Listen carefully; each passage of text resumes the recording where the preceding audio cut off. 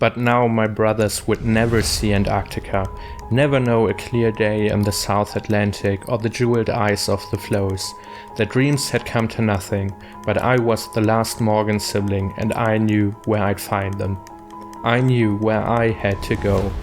The sea should have risen up, there should have been a tempest, a typhoon, a tidal wave, crashing over the quay, breaking over me, making me anew. Because I heard it then, the call of the South. I could hear my brothers. Maybe we'll take you with us.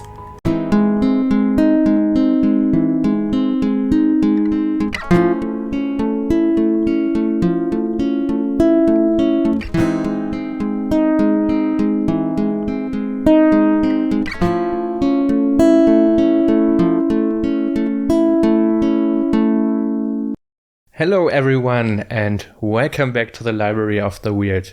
I hope you're doing fine. I'm doing really well. I'm excited because in mid-June there will be an announcement of the winners of the Bram Stoker Awards. If you don't know, the Bram Stoker Awards are kind of the biggest, most prestigious awards in horror fiction. There will be awards for the best novel, the best short story, best collection, anthology, so a lot of awards, and I've read kind of a few of the novels that are nominated, and for the next couple of weeks I will be talking about the novels I've read. I will put a link of the nominees to the nominees in the description where you can just get some inspiration for your reading, and I will be talking about the books. The first book I want to talk about is All the White Spaces by Wilkes. This book is nominated for the award for Best First Novel. It was released in January 2022 by Titan Books. It's about 500 pages long, and it's a book that kind of mixes Antarctic cosmic horror with historical fiction. The book starts right at the end of World War I. We're meeting our main character, Jo, who is living with her parents in England, and they're getting a telegram saying that her two siblings have died in the war. And that obviously really crushes Jo, but she's also thinking about the big dream of her brothers.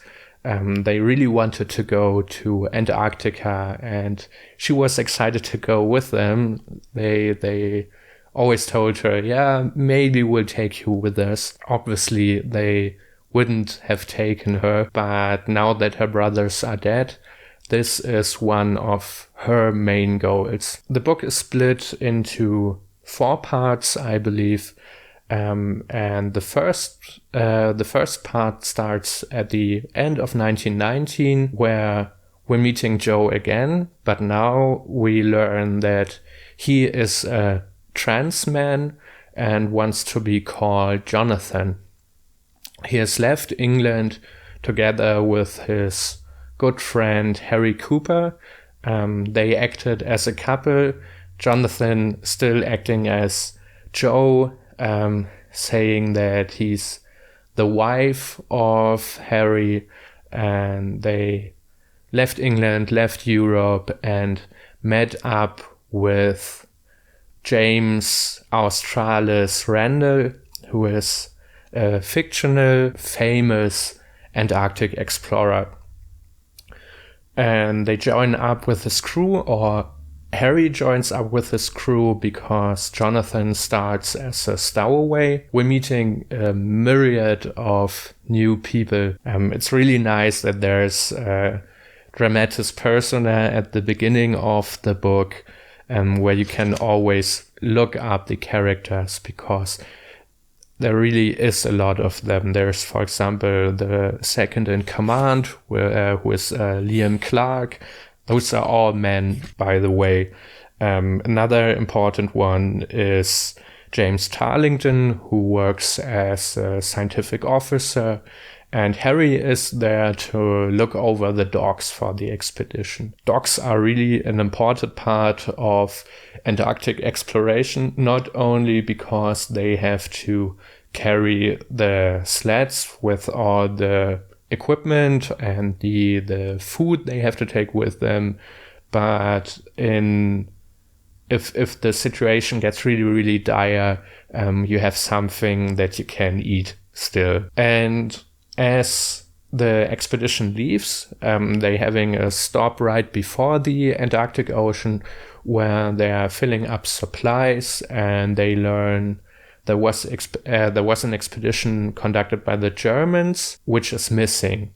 They left 2 years ago or something like that, and they have not returned. And one of Randall's goals is to maybe find out what happened to the Germans. On the ship, which is called the Fortitude, everything seems to be going well. When Jonathan is discovered, he has kind of to work his way up to a full member of the crew. Then suddenly, especially Jonathan, but also others, start to see things.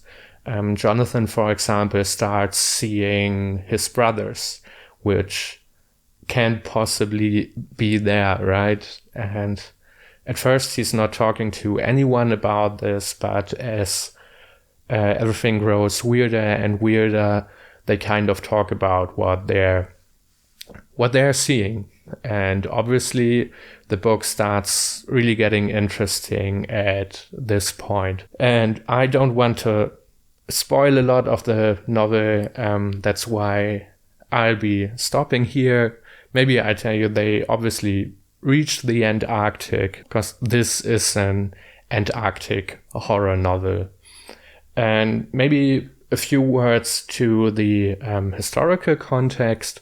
This book takes place kind of in a parallel universe or an alternate timeline where the big names of Antarctic exploration, Roald Amundsen, for example, or Ernest Shackleton, did not exist. So at the time the novel takes place in the Antarctic is a blank white space. There be dragons. No one knows what's happening there, what people will find there. Beside that, there's a lot of snow and ice and darkness if you're there in the Antarctic winter. If you want to read up a bit on that, there's great novels, great books about, for example, Shackleton's Endurance expedition. At the end of the novel, there are a few recommendations. There are recommendations for the First World War, for the heroic age of Antarctic exploration, and also trans and queer history, especially for the time period and World War I. I've not read any of them. I've read a book about the Endurance, which I can recommend, and I put it in the description. So read up on that if you like. But back to the book, there are a few major themes in this book. Obviously, there's adventure, but there's also family, and isolation and fear takes a big part. And then there's, of course, if you have a trans character, you kind of have to highlight what it is to be trans at a time like this, and also on when you're on an expedition with only male people there. So the first theme I kind of want to talk about is the adventure theme, which is obviously one of the biggest themes in this book, because all through this novel we're kind of learning how Jonathan yearns for adventure. He really, really wants to go to Antarctica. But we also know but we also learn what kind of sacrifices this takes, and that adventure is not only about reaching a destination, but also, or more importantly, about the way of getting there, and like I said, making sacrifices to go there, and that you really have kind of to be relentless in your pursuit to reach your goal, basically. And it's really interesting to be in the head of someone who has one big goal and kind of wants to sacrifice everything else to reach this goal. The other big theme, of course, is family, not only the family of Jonathan/Joe, because we're learning not a lot about his parents, only that they don't like that he acts like a boy. We're learning a lot about Jonathan's relationship to his brothers. We're learning a lot about the relationship Harry and Jonathan have, and of course the camaraderie on the Fortitude, the ship. I would count as family as well. You have to deal and interact with a lot of people all of the time. You're never truly alone when you're on a ship, and especially when you're on a journey to the Antarctic. So this is also really interesting to just learn about and read about these human interactions. The third theme I want to talk about is the theme of fear and isolation, and this is really where the horror comes in, because just imagine yourself being in the winter in the Antarctic where there's almost no light. I was once on Iceland in December, and I found it kind of depressing to only have light for about 4 hours a day. So imagine having no light at all for weeks. And then it's like super cold. You're constantly wet. You're not eating the best food. You're just eating to get calories into your body. And also, what I said before, the feeling of never being truly alone. And I think this is written beautifully in this book. When you're reading this, you are feeling cold, you're feeling wet, you're really feeling where the characters in the book have to feel. The last theme I want to talk about is the theme of queerness, transness, and this is maybe something I can't really talk that much about because I have no experience with that, being a cis man. What I obviously read reviews of this book, and I think there were maybe two kinds of opinions on that. The first one is saying, representation is really important, and the representation in this book was really, really good. And the other, the opposing voice was that Jonathan isn't really a trans man, because he's never thinking about being trans, or he's just a woman who wants to act like a guy. But when I read this, I had the feeling that Jonathan really never thought of himself as a woman, and he wanted others to accept him as a woman. And obviously he had to hide that he's a biological female while on the journey. And what I found really good is that it kind of was always was like always in the air, because you knew that Jonathan is biologically female, but it wasn't that important for the novel. There were a few scenes like when they were on a small boat and Jonathan had to pee and really didn't want to be found out. But otherwise, I thought it wasn't really important for the novel. And I thought it was written believably, even though I have no expertise in this. So all in all, I really did enjoy this book.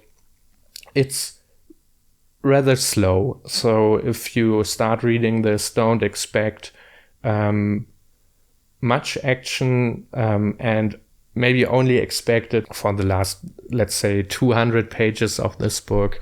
There's a lot of technical terms. You're meeting a lot of people. It's kind of hard to keep track of the characters in the book. Although all of this is written in first person, we're only seeing through Jonathan's eyes.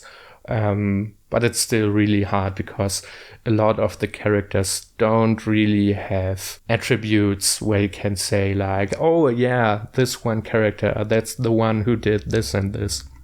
There are a handful characters, I say 5 to 6, that come up again and again, but a lot of them don't really matter in the end. One other thing I want to say is that I think I even would have enjoyed the novel if it wasn't horror. So if we wouldn't have supernatural elements to the book, I would have enjoyed this if this was only historical fiction, but the supernatural part just made it even better. I think I've rated it 4 out of 5 stars, because it's kind of slow. I mean, it's interesting to read about the relations between the characters and stuff like that, but still it was a bit too slow for me. So 4 out of 5, and let's see if this book wins the award for Best First Novel. Next week, I will be talking about Into the Forest, short story collections with stories about the Baba Yaga, which is also nominated for a Bram Stoker award. So see you then. Have a very, very nice week. Goodbye.